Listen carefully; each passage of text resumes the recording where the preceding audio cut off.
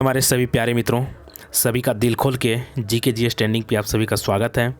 दोस्तों अभी हम आज झारखंड के विभूति के पार्ट नंबर 2 करेंगे दोस्तों। ठीक है, ये पार्ट 2 होगा, आप याद रखिएगा। पार्ट 1 आपका हो गया दोस्तों, उसमें हम लोग डॉक्टर कामिल बुल्के तक हम लोग कर लिए थे। ठीक है, आज हम लोग करेंगे कामिल बुल्के से आगे तक। ठीक है, और जो भी हमारे चैनल पे दोस्तों नए होंगे, आप चैनल को सब्सक्राइब कीजिएगा, दोस्तों के साथ शेयर कीजिएगा। ठीक है, और झारखंड में जो भी एग्जाम होंगे दोस्तों, उन सभी एग्जाम के लिए, सभी प्रतियोगिता परीक्षा के लिए दोस्तों बहुत ही महत्वपूर्ण होगा, चूँकि इसमें सभी महत्वपूर्ण व्यक्तियों के बारे में बताया गया है।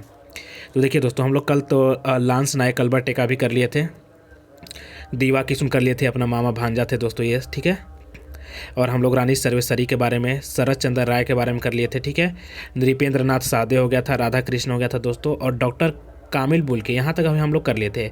अब हम लोग करेंगे दोस्तों पंडित रघुनाथ मुर्मू। जी हाँ दोस्तों, पंडित रघुनाथ मुर्मू से हम लोग आज स्टार्ट करेंगे। देखिए, पंडित रघुनाथ मुर्मू, इनके बारे में आप लोग समझिए। थोड़ा सा जूम इन कर लेते हैं दोस्तों, आप लोग को अच्छा से दिखेगा। देखिए पंडित रघुनाथ मुर्मू, देखिए पंडित रघुनाथ मुर्मू का जन्म 1905 में हुआ था दोस्तों, और संथाल समाज में इन्हें धार्मिक नेता का दर्जा प्राप्त है। जी हाँ दोस्तों, जो पंडित रघुनाथ मुर्मू हैं, इनका जन्म कब होता है? 1905 में होता है, और संथाल समाज में इनको धार्मिक नेता का दर्जा प्राप्त है।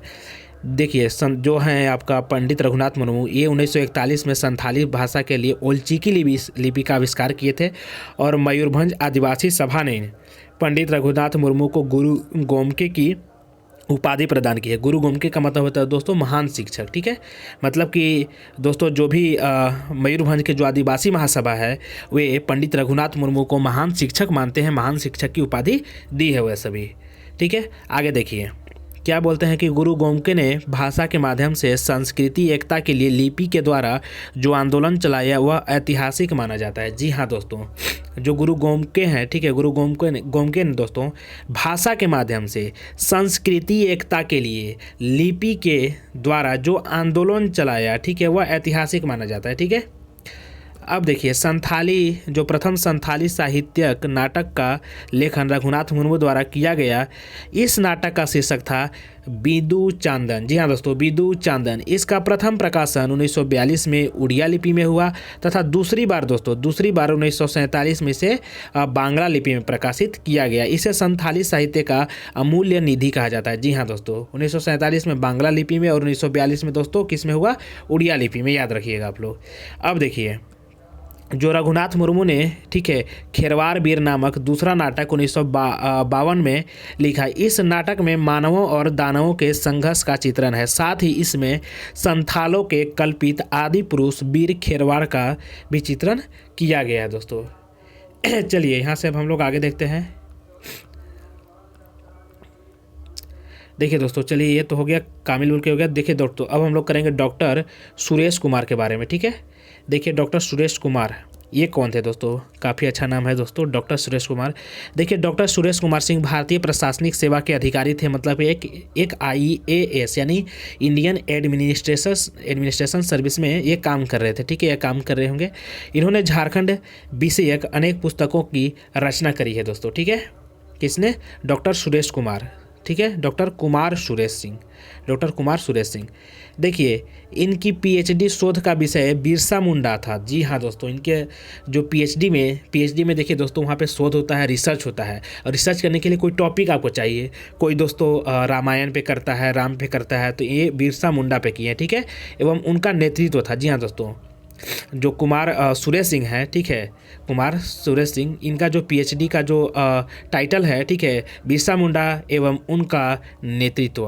रांची विश्वविद्यालय के जनजातीय एवं क्षेत्रीय भाषा विभाग की स्थापना में इनका महत्वपूर्ण योगदान था। जी हाँ दोस्तों, रांची विश्वविद्यालय के जनजातीय एवं क्षेत्रीय भाषा विभाग की स्थापना में जो कुमार सुरेश सिंह है, उनका अच्छा खासा योगदान रहा है।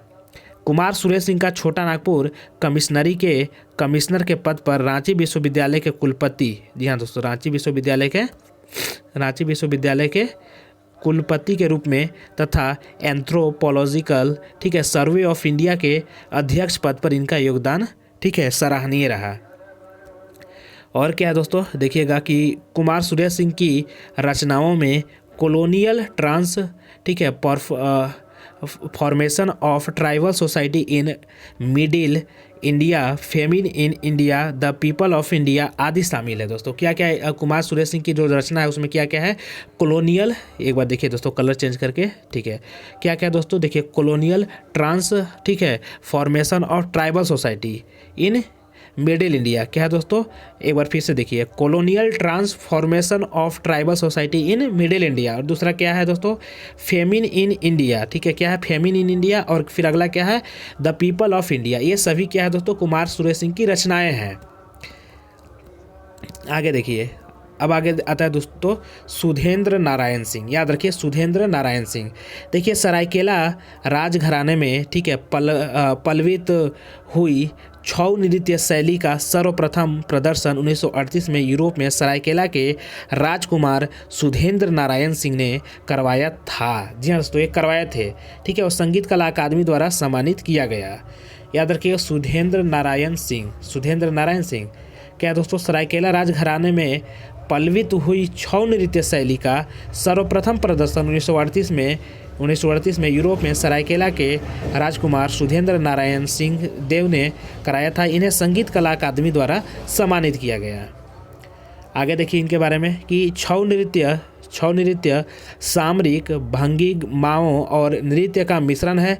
क्या है दोस्तों, देखिए छऊ नृत्य भी 3 प्रकार का है दोस्तों, ठीक है, एक मयूरभंज वाला है दोस्तों, एक पुरुलिया वाला है, और एक कौन सा है दोस्तों, सरायकेला वाला। और छऊ नृत्य सरायकेला वाला सबसे पुराना है, क्योंकि छऊ नृत्य का दोस्तों उद्गम ही सरायकेला से होता है, याद रखिएगा। अब देखिए तो छऊ नृत्य सामरिक, ठीक है, भंगिमाओं और नृत्य का मिश्रण है। इसमें लड़ाई की तकनीक एवं पशुओं की गति एवं चाल को दर्शाया गया। क्या है दोस्तों, इसमें लड़ाई की तकनीक, ठीक है, यानी टेक्नोलॉजी ऑफ फाइट, ठीक है, एवं पशुओं की गति एवं चाल को दर्शाया गया है। अब देखिए दोस्तों, नृत्य में कभी कभी रामायण और महाभारत की घटनाओं का भी चित्रण होता है। जी हाँ दोस्तों, जिसमें नृत्य होता है उसमें कभी कभी महाभारत, रामायण, इन सभी घटनाओं की भी चर्चा की जाती है।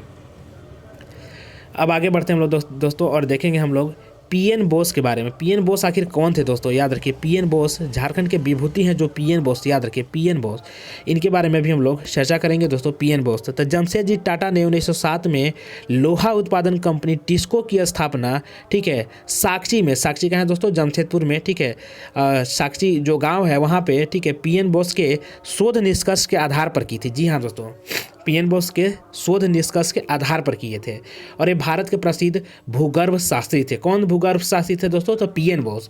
पूछा जाएगा पीएन बोस कौन थे, एक भूगर्भ शास्त्री थे, ठीक है, एक इसरो के वैज्ञानिक थे। इस तरह से 4 आपको ऑप्शन दे दिया जाएगा, तो आपको क्या बताना होगा दोस्तों कि ये एक भूगर्भ शास्त्री थे।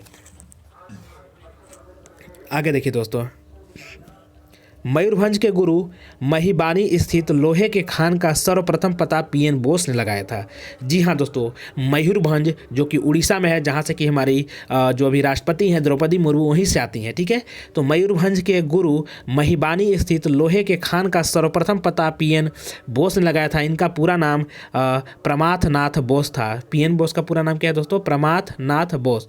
असम में पेट्रोलियम के खोज का श्रेय इन्हीं को जाता है। बहुत बड़ा नाम है दोस्तों पीएन बोस, आप याद रख सकते हैं। पीएन बोस क्या दोस्तों, असम में पेट्रोलियम के खोज का श्रेय इन्हीं को जाता है, मतलब कि दोस्तों पीएन बोस को जाता है, प्रमाथनाथ बोस को जाता है। और क्या प्रमाथनाथ बोस को जाता है दोस्तों, मयूरभंज के गुरु महिबानी स्थित लोहे का खान, मयूरभंज के जो गुरु महिबानी स्थित है, ठीक है, लोहे का खान, वहाँ पे सबसे पहले पता पीएन बोस ने लगाया था। और असम के पेट्रोलियम के खोज का श्रेय भी इन्हीं को जाता है दोस्तों।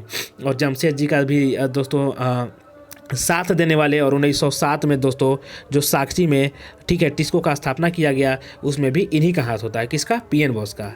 चलिए दोस्तों, अब बालकृष्ण सहाय के बारे में हम लोग देख लेते हैं। बालकृष्ण सहाय के संपादन में रांची से झारखंड का पहला साप्ताहिक आर्यावर्त का प्रकाशन 1898 से 1905 ईस्वी तक हुआ। जी हाँ दोस्तों, बालकृष्ण सहाय के संपादन में, ठीक है, इन्हीं के संपादन में, जब यही संपादित कर रहे थे, ठीक है, तो इन्हीं के संपादन में, किसके संपादन में, बालकृष्ण सहाय, याद रखिए, ठीक है, रांची से झारखंड का पहला साप्ताहिक। जी हाँ दोस्तों, रांची से, ठीक है, झारखंड का दोस्तों पहला जो साप्ताहिक है आर्यावर्त, कौन है, आर्यावर्त, ठीक है, का प्रकाशन 1898 से 1905 तक हुआ।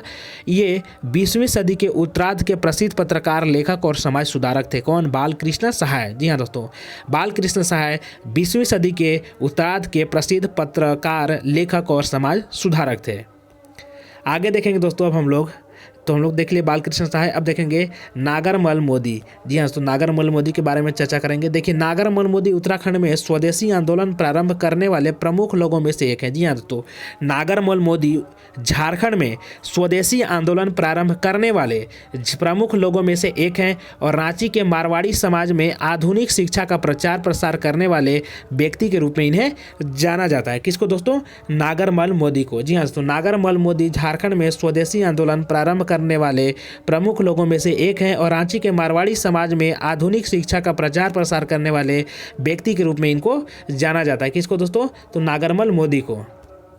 और क्या नागरमल मोदी के बारे में 2 लाइन और है कि नागरमल मोदी समाज सुधारक भी थे। इन्होंने बाल विधवाओं के कल्याण हेतु कई संस्थाओं की स्थापना की। जी हाँ दोस्तों, बाल विधवाओं, ठीक है, ये क्या किए? बाल विधवाओं के कल्याण के लिए दोस्तों बहुत सारा इंस्टीट्यूट, बहुत सारा संस्था को, ठीक है, खोले, ओपन किए। कौन? नागरमल मोदी। अब देखिए दोस्तों, हम लोग देखेंगे डॉक्टर दिनेश्वर प्रसाद। जी हाँ दोस्तों, दिलेश्वर नहीं है, दिनेश्वर है, ठीक है, ज़्यादा दिनेश्वर नहीं है। देखिए, ये झारखंड की लोक संस्कृति को काफ़ी गहराई से जानते हैं दोस्तों। कौन? डॉक्टर दिनेश्वर, ठीक है। देखिए दोस्तों, डॉक्टर जानने वालों में से एक हैं और झारखंड की लोक संस्कृति के ऊपर इनके द्वारा अनेक रचनाओं का प्रकाशन किया गया है, ठीक है। अब देखिए, लोक साहित्य और संस्कृति तथा ऑनमुंडारी पोएट्री इनकी चर्चित रचनाएं हैं। कामिल बुल के रचित अंग्रेजी हिंदी शब्दकोश तैयार करने में इनका सराहनीय योगदान रहा है दोस्तों, ठीक है, इनका सराहनीय योगदान रहा है। अब आगे देखिए दोस्तों, हम लोग देखेंगे यदु गोपाल मुखर्जी। कौन है दोस्तों? यदु गोपाल मुखर्जी। ये बंगाल के होंगे दोस्तों, यदु गोपाल मुखर्जी। अब पता नहीं कहाँ के, देख लेते हैं। यदु गोपाल मुखर्जी के क्रांतिकारी व्यक्तित्व एवं कृतित्व के आधार पर शरद चंद्र ने उपन्यास की रचना की थी, ठीक है, और युगांतर समिति नामक क्रांतिकारी संगठन ने अग्रणी नेता एवं प्रसिद्ध स्वतंत्रता सेनानी थे दोस्तों। कौन? यदु गोपाल मुखर्जी। अब आगे देखिए, पीटर शांति नौरंगी। देखिए दोस्तों, पीटर शांति नौरंगी के बारे में हम लोग देखेंगे। देखिए, क्या है कि पीटर शांति नौरंगी नागपुरी भाषा के जाने माने साहित्यकार थे।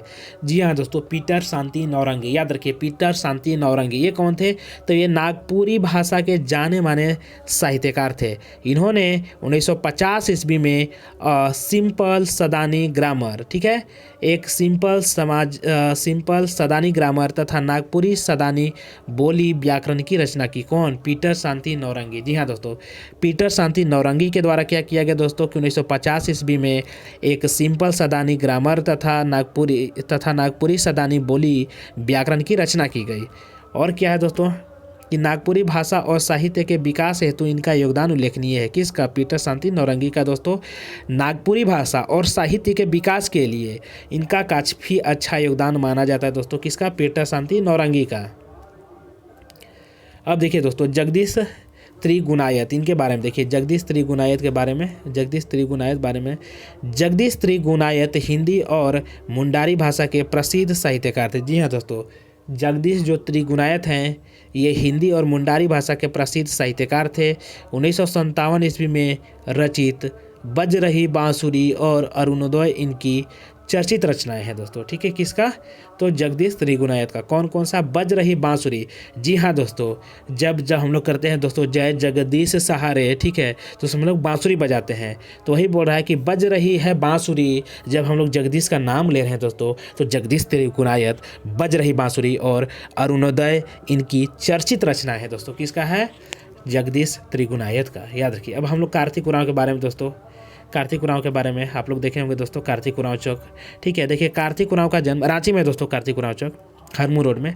देखिए, कार्तिक उरांव का जन्म कार्तिक पूर्णिमा के दिन 29 अक्टूबर 1924 को गुमला के, ठीक है, लीटा टोली में हुआ था दोस्तों। गुमला के लीटा टोली में, याद रखिएगा। कार्तिक उरांव का जन्म कहाँ पे हुआ था? सिमडेगा में नहीं हुआ था दोस्तों, गुमला में हुआ था। याद रखिएगा आप लोग कि गुमला में हुआ था, सिमडेगा में नहीं हुआ था, बस यही आपको याद रखना है। कब हुआ था दोस्तों? तो कार्तिक उरांव का जन्म, ठीक है, कार्तिक पूर्णिमा के दिन 29 अक्टूबर 1924 को गुमला के लीटा टोली में हुआ था और 1948 में स्नातक की परीक्षा अभियांत्रिकी विषय में पास की और 1950 ईस्वी में बिहार सरकार के अधीन अभियंता के रूप में नौकरी ली। ठीक है दोस्तों, अभियांत्रिक यानी कि इंजीनियरिंग में दोस्तों, इंजीनियरिंग विषय में अपना स्नातक किए, अपना ग्रेजुएशन क्लियर किया। कौन दोस्तों? कार्तिक उरांव। कार्तिक उरांव एक कौन थे दोस्तों? इंजीनियर थे और 1950 में बिहार सरकार के अधीन दोस्तों इंजीनियर के रूप में ये नौकरी ले लिए। आगे देखिए कि 1952 ईस्वी में उच्चतर शिक्षा के लिए विदेश गए। इन्होंने लगातार 9 वर्षों यानी विभिन्न डिग्रियां हासिल की। इन्हें British atomic power department London में सिविल इंजीनियरिंग के रूप में नियुक्ति मिली, अपॉइंटमेंट मिली दोस्तों। किसको? कार्तिक उरांव को। और क्या है दोस्तों कार्तिक उरांव के बारे में कि कार्तिक उरांव विश्व के सबसे बड़े परमाणु विद्युत संयंत्र हिक्सले पॉइंट के डिजाइनरों में से एक थे। जी हाँ दोस्तों, कार्तिक उरांव बहुत बड़ा नाम है दोस्तों झारखंड के इतिहास में, या फिर झारखंड के बारे में जानेंगे दोस्तों, ठीक है। तो अच्छा खासा विभूति अपना स्थान रखते हैं कार्तिक उरांव। विश्व के सबसे बड़े परमाणु विद्युत संयंत्र हिक्सले है दोस्तों, जो कि हिक्सले पॉइंट है दोस्तों, इसके डिजाइनों में से ये एक थे। कौन? कार्तिक उरांव भाई, कार्तिक उरांव। आगे देखिए कार्तिक उरांव के बारे में कि जवाहरलाल नेहरू के निमंत्रण पर कार्तिक उरांव विदेश की नौकरी छोड़कर भारत आए। जी हाँ दोस्तों, जो कार्तिक उरांव हैं वे जवाहरलाल नेहरू के कहने पर इनके बात को ठुकराए नहीं और इनके बात को मानते हुए दोस्तों ये नौकरी को छोड़ करके और भारत आ गए। यहाँ HEC कंपनी में सुपरिटेंडेंट कंस्ट्रक्शन एंड डिजाइन के पद पर नियुक्ति की गई इनकी। किसका? कार्तिक उरांव का। जी हाँ दोस्तों, HEC है दोस्तों, ठीक है, रांची में। वहाँ पर 1962 के आम चुनाव में कांग्रेस के टिकट पर दोस्तों 1962 के में जब आम चुनाव हुआ उस समय कांग्रेस के टिकट पर चुनाव लड़ा, किंतु ये हार गए। कार्तिक उरांव दोस्तों एक नेता के रूप में भी बाद में उभर के आते हैं, लेकिन दोस्तों 1962 में ये कांग्रेस की तरफ से टिकट मिलती है इनको, लेकिन ये हार जाते हैं। लेकिन 1967 के आम चुनाव में इन्हें जीत मिली और 1977 में, ठीक है, चुनाव हारने के बाद गुमला के बिशुनपुर विधानसभा के विधायक बने। आगे देखिए दोस्तों कि 1980 ईस्वी के चुनाव में पुनः जीतकर संसद पहुंचे तथा केंद्रीय पर्यटन और नागरिक विमानन मंत्री बनाया गया। किसको? कार्तिक उरांव को दोस्तों। कार्तिक उरांव पहले एक अभियंता थे, ठीक है, एक इंजीनियर थे, जो कि एक इंजीनियरिंग की पढ़ाई किए थे। इनका स्नातक इंजीनियरिंग में हुआ था। और कार्तिक उरांव के राजनीतिक जीवन का महत्वपूर्ण कार्य आदिवासी से ईसाई बन गए। आदिवासी से कार्तिक उरांव ईसाई बन गए और आदिवासियों का विरोध करना था। इनकी मृत्यु के बाद इनकी पत्नी सांसद और मंत्री बनी। जी हाँ दोस्तों, कार्तिक उरांव की जो पत्नी है बाद में सांसद भी बनती हैं और मंत्री भी बनती हैं। आगे देखिए, अब हम लोग देखेंगे सुशील कुमार बागे के बारे में दोस्तों। सुशील कुमार बागे, देखिए सुशील कुमार बागे झारखंड के विभूति हैं। सुशील कुमार बागे का जन्म सिमडेगा जिला के कोलेबिरा प्रखंड स्थित, ठीक है, जोन्हाटोली गांव में 9 जून 1922 ईस्वी को हुआ था दोस्तों। किसका? सुशील कुमार बागे का। और क्या है दोस्तों, सुशील कुमार बागे के स्नातक की पढ़ाई करते समय इन्होंने स्टूडेंट फेडरेशन एवं आदिवासी स्टूडेंट फेडरेशन का नेतृत्व किया। कौन? सुशील कुमार बागे दोस्तों। 1949 ईस्वी में इन्होंने रांची महिला कॉलेज की स्थापना में, ठीक है, 1949 में रांची महिला कॉलेज की स्थापना में श्रीमती भानुमती प्रसाद का साथ दिया दोस्तों। जिस समय 1949 में रांची कॉलेज की स्थापना हो रहा था दोस्तों, उस समय, ठीक है, सुशील कुमार बागे जो है श्रीमती भानुमती प्रसाद का साथ देते हैं। और क्या है दोस्तों आगे कि 1952 ईस्वी में आम चुनाव में झारखंड पार्टी के टिकट पर कोलेबिरा से विधायक बने। जी हाँ दोस्तों, झारखंड पार्टी के टिकट पर कौन बनते हैं?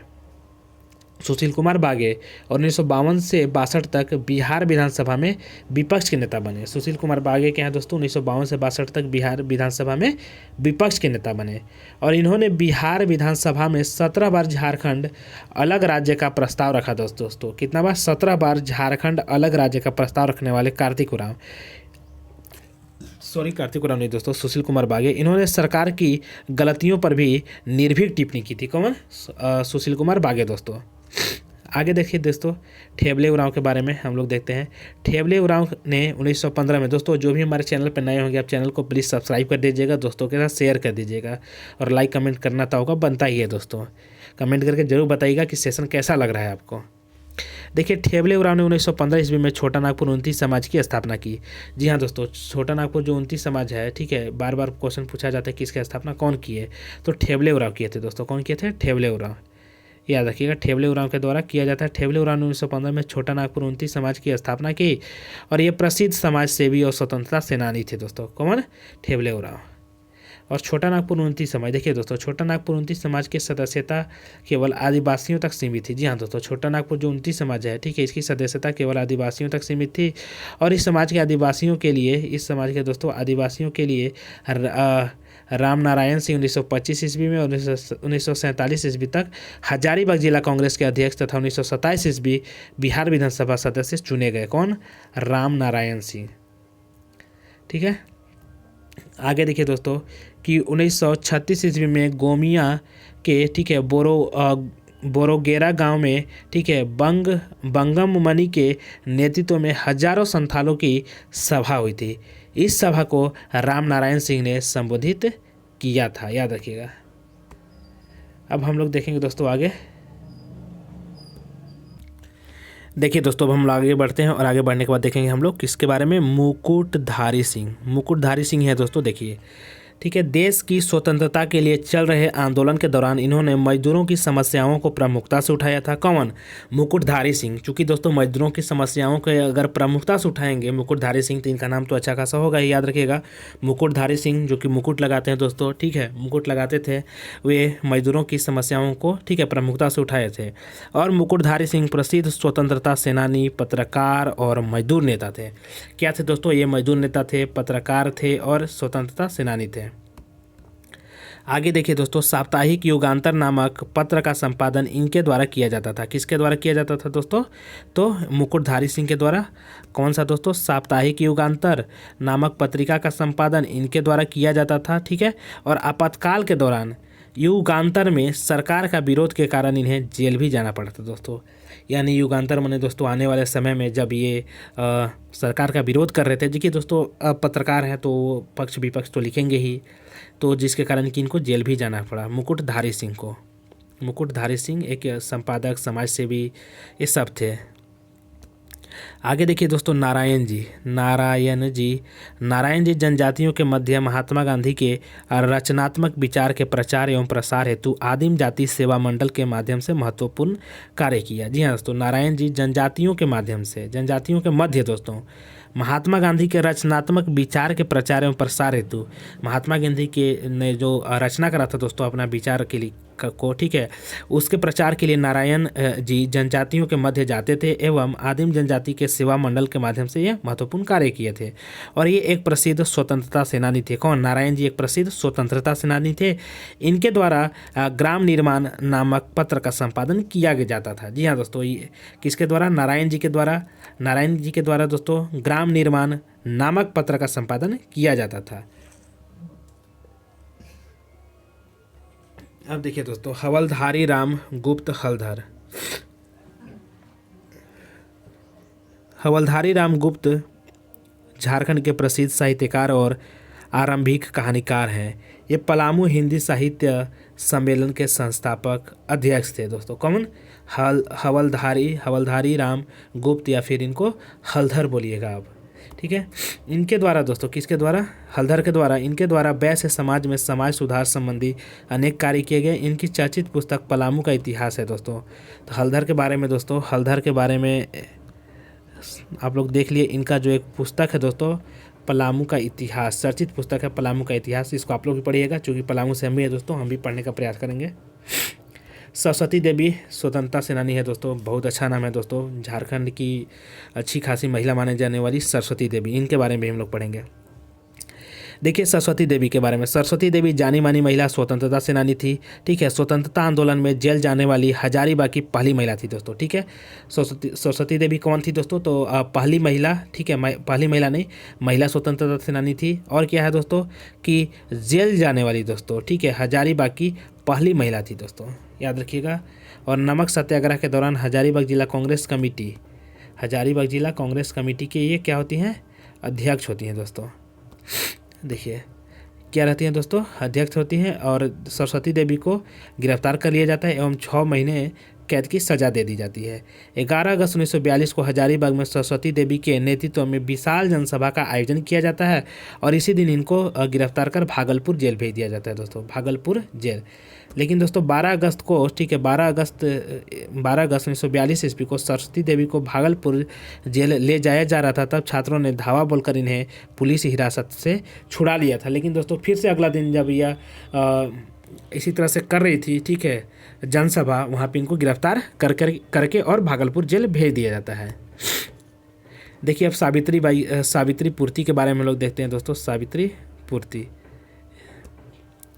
देखिए सावित्री पूर्ति प्रसिद्ध अंतर्राष्ट्रीय महिला हॉकी खिलाड़ी हैं और सावित्री इस समय भारतीय रेलवे में कार्यरत हैं। जी हाँ, तो सावित्री पूर्ति प्रसिद्ध राष्ट्रीय महिला हॉकी खिलाड़ी हैं और सावित्री पूर्ति इस समय भारतीय रेलवे में कार्यरत हैं और साथ ही झारखंड और रेलवे की हॉकी टीम की प्रशिक्षक और राज्य महिला हॉकी संघ की महासचिव हैं। कौन दोस्तों? सावित्री फुले एक रेलवे में है दोस्तों, याद रखिएगा। अब आगे देखिए इस सावित्री फुले के बारे में। आगे देखिए कि सावित्री फुले का जन्म खूंटी जिला के मुरहू प्रखंड में 20 अप्रैल 1966 ईस्वी को हुआ था और भारतीय महिला हॉकी टीम की कप्तान के रूप में इन्होंने अनेक टूर्नामेंट का सफलता से अर्जित किया। अब देखिए दीपिका कुमारी तीरंदाज हैं दोस्तों। दीपिका कुमारी बहुत बड़ा नाम है दोस्तों तीरंदाजी के बारे में विश्व में पूरा, तो इनको आप याद रखिएगा। देखिए दीपिका कुमारी एक रिकर्व भारतीय महिला तीरंदाज हैं। बिल्कुल निचले पायदान से निशानेबाजी के खेल में शुरुआत करने वाली ये आज अंतर्राष्ट्रीय स्तर की शीर्ष खिलाड़ियों में एक है। कौन? दीपिका कुमारी दोस्तों। और क्या है? दीपिका का जन्म 13 जून 1994 ईस्वी को झारखंड रांची जिला के रातू नामक स्थान पर हुआ था। दीपिका ने दोस्तों 2006 ईस्वी में मैरिदा मैक्सिको में आयोजित वर्ल्ड चैंपियनशिप में कंपाउंड एकल प्रतियोगिता में स्वर्ण पदक हासिल किया। और क्या दोस्तों कि राष्ट्रमंडल खेल 2010 में दीपिका ने न सिर्फ व्यक्तिगत स्पर्धा के स्वर्ण पदक जीते, ठीक है, बल्कि महिला रिकर्व टीम को भी स्वर्ण दिलाया। मतलब महिला टीम को भी और अकेले में भी ये स्वर्ण दिलाए। दीपिका कुमारी को वर्ष 2012 में अर्जुन पुरस्कार से तथा 2016 में पद्म श्री से सम्मानित किया गया है। ये चीज़ बहुत ज़रूरी है दोस्तों, आप इसको जरूर याद रखिएगा इस पॉइंट को कि दीपिका कुमारी को 2012 में अर्जुन पुरस्कार मिला था और 2016 में पद्म श्री से सम्मानित किया गया था। और महेंद्र सिंह धोनी को भी जो पद्म पुरस्कार मिला था उसको याद रखिएगा। और बहुत चीज़ याद रखना दोस्तों धोनी के बारे में। देखिए महेंद्र सिंह धोनी विश्व क्रिकेट के जाने माने हैं दोस्तों, कौन नहीं जानता इनको। धोनी की कप्तानी में भारत ने 2007 में 2020 बहुत सारा पदक जीता भाई, बहुत सारा कप। 2007 में 2020 के साथ एक प्रमुख बौद्धिक और सांस्कृतिक शख्सियत थे। सॉरी दोस्तों, यहाँ पे दोस्तों, ठीक है। तो विश्व कप 2011, ठीक है, 2011 का विश्व कप भी जीते और आईसीसी चैंपियनशिप ट्रॉफी और, ठीक है, बॉर्डर गवास्कर ट्रॉफी आदि ये जीते हुए हैं महेंद्र सिंह धोनी जी।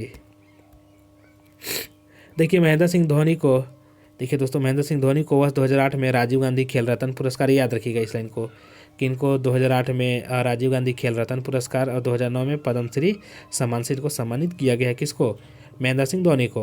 धोनी की कप्तानी में भारत ने 28 साल बाद एक दिवसीय क्रिकेट विश्व कप में दोबारा जीत हासिल की। 2013 में इनकी कप्तानी में भारत पहली बार चैंपियंस ट्रॉफी जीता था दोस्तों। 2013 में किसकी कप्तानी थी?